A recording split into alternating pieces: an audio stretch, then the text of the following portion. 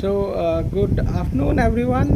This is Dr. Amit with Cricket Talks on Asia Cup focused cricket discussion. आज का जो cricket का एक महामुकाबला भारत और पाकिस्तान के बीच में एशिया कप में खेला जाने वाला है, उसमें दो बहुत महत्वपूर्ण चर्चाएं यहाँ हैं जिनको हम आज इस छोटे से डिस्कशन में करने वाले हैं। पहला कि भारत का प्लेइंग 11 क्या होगा, और दूसरा हम किस तरह से पाकिस्तान की गेंदबाजी को टैकल करेंगे या पाकिस्तान की गेंदबाजी और भारत की बल्लेबाजी के बारे में हम विश्लेषण करेंगे। बहरहाल ये बात भी लगभग बराबर की है कि पाकिस्तान का जो बैटिंग अटैक है वो भी कहीं से कम नहीं है। उनके जो शुरुआती कुछ बल्लेबाज हैं बहुत काबिलियत के साथ खेल रहे हैं, और नेपाल के साथ उन्होंने प्रूव किया why they are known for their good touch with the bat. लेकिन आज के मैच में हम आज के डिस्कशन में हम केवल दो बातें करने वाले हैं इंडिया के प्लेइंग 11 में। तो सबसे पहले तो जो खिलाड़ी इस टीम में दिखने चाहिए कॉमनली, रोहित शर्मा मैच में है, विराट कोहली होना ही है, शुभमन गिल की पोजीशन बिल्कुल सेटल है, वो ओपन कर रहे हैं रोहित शर्मा के साथ, ईशान किशन खेल रहे हैं फॉर श्योर, श्रेयस अय्यर वहाँ पर होंगे ही, और एक खिलाड़ी के तौर पर सूर्य कुमार यादव की पोजीशन वहाँ पर बनती है along with Hardik Pandya. Might be possible कि यहाँ पर अक्षर पटेल होंगे नहीं होंगे, subject to the numbers availability, लेकिन रविंद्र जडेजा वहाँ पर होंगे। और गेंदबाजी में हमारे पास दो फास्ट बॉलर काफ़ी हैं, तीन फास्ट बॉलर काफ़ी हैं, सिराज, शामी और बुमराह। इसके अलावा जैसा मैंने कहा कि रविंद्र जडेजा और अक्षर पटेल एक गेंदबाजी की भूमिका में होंगे, और कुलदीप हो सकते हैं। तो ये एक टेंटेटिव प्लेइंग 11 है जो हम एक्सपेक्ट कर रहे हैं। और चूंकि पाकिस्तान का बॉलिंग अटैक बहुत धाकड़ है, तो हमारे गेंदबाजी से अगर उनका कंपेयर किया जाए तो दोनों में लगभग बराबरी का मुकाबला होता है। दोनों ही साइड से बहुत अच्छे एक्यूरेट पेसर्स हैं। हालांकि पेस अटैक पाकिस्तान का बहुत बेटर है, इस बात में कोई दो राय नहीं है, क्योंकि जो उनकी पेस है शायद हमारे बॉलर्स उस पेस पर नहीं हैं, और वो शायद इंजरी प्रोन रहे, और इस वजह से उनके पेस को लेकर हम बहुत श्योर नहीं है। हालांकि पेस के साथ एक्यूरेसी ज़्यादा मैटर करती है। जो शाहीन शाह अफरीदी को मैंने पाकिस्तान के पहले मुकाबले में देखा, मुझे तो भैया बहुत डर लगा, क्योंकि उनकी जो एक्यूरेसी लाइन के साथ आ रही है, अगर वो इंडिया के साथ रहा तो एटलीस्ट वो इंडिया के बल्लेबाजों को ट्रबल में ज़रूर लाएंगे। और अगर एक आधी विकेट उन्होंने शुरुआत में निकाला तो निश्चित तौर पर इंडिया को शायद इस बैटल में दूसरा अपना प्लान एग्जीक्यूट करना पड़ेगा। लेकिन जैसा मैं बात कर रहा था प्लेइंग 11 की, प्लेइंग 11 में कुछ चीज़ें कंफर्म हो सकती हैं। कुछ चीज़ें कंफर्म के तौर पर इंडिया में जो बैटिंग लाइन है वो शायद कंफर्म नहीं है, क्योंकि हम शायद कुछ ऑर्डर चेंज करेंगे, ऐसा मेरा भी आकलन है, क्योंकि ये शायद सामने वाली टीम को की गेंदबाजी के हिसाब से भी होगा।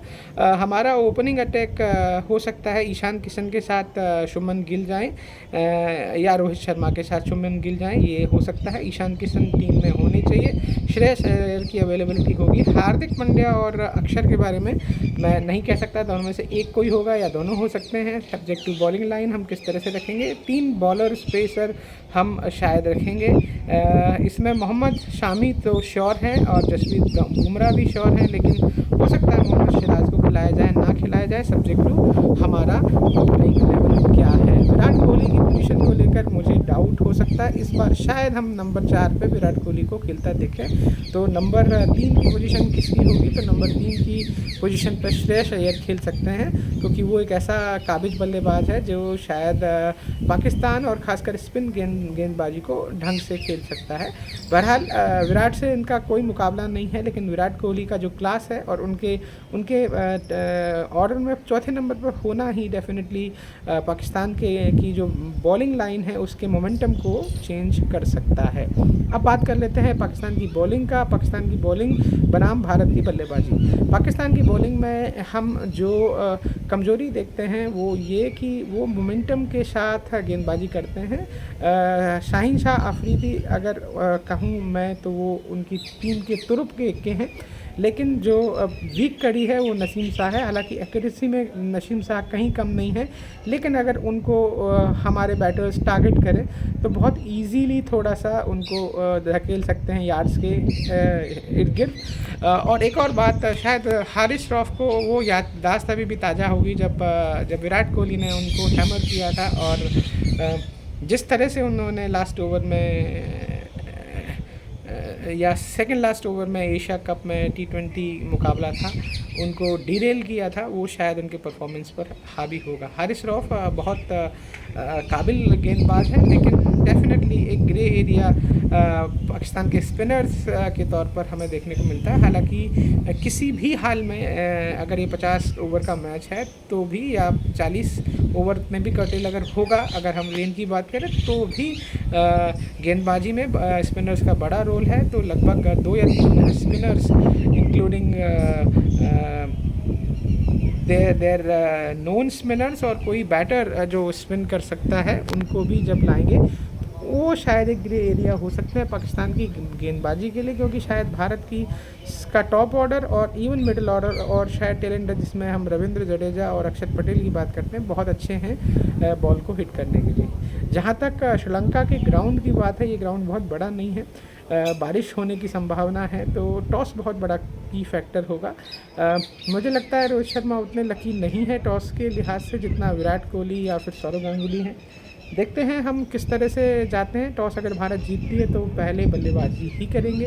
हालांकि पहले बल्लेबाजी करने जो भी टीम उतरेगी उन्हें पता होगा कि उनका टेस्ट एंड ट्रायल होने वाला है। पहले शुरुआती कुछ ओवर, मैं समझता हूँ 4 से 5 ओवर बहुत इंपॉर्टेंट होंगे, और इन 4 से 5 ओवर में देखना पड़ेगा कि किस तरह से हम अपनी टीम को के मोमेंटम को लेते हैं। पहले हम इंडियन के मिजाज को, पिच के मिजाज को समझना पड़ेगा और उस अटैक के एटीट्यूड को समझना पड़ेगा, क्योंकि मुझे लग रहा है वो लोग जो पाकिस्तान के बॉलर्स हैं, स्पेशली टॉप 3 पेसर्स, वो शायद पेस के साथ साथ वर्बल अटैक भी करेंगे।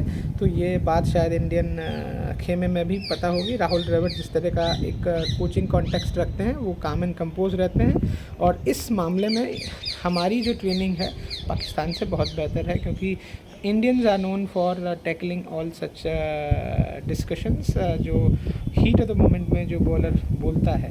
और अगर ये बहुत ज़्यादा हुआ शायद तो पाकिस्तान के लिए ही ये उल्टा हावी ना हो जाए, क्योंकि कई बार मोमेंटम या नर्व्स को कंट्रोल करने की बात इंडिया पाकिस्तान मुकाबलों में रही है। अगर वर्बल स्वेट में आप ज़्यादा जाते हो तो आप वेवर्ड हो जाते हो, अपना कामनेस खोते हो, और डेफिनेटली इसका नतीजा दूसरी टीम के फेवर में होता है।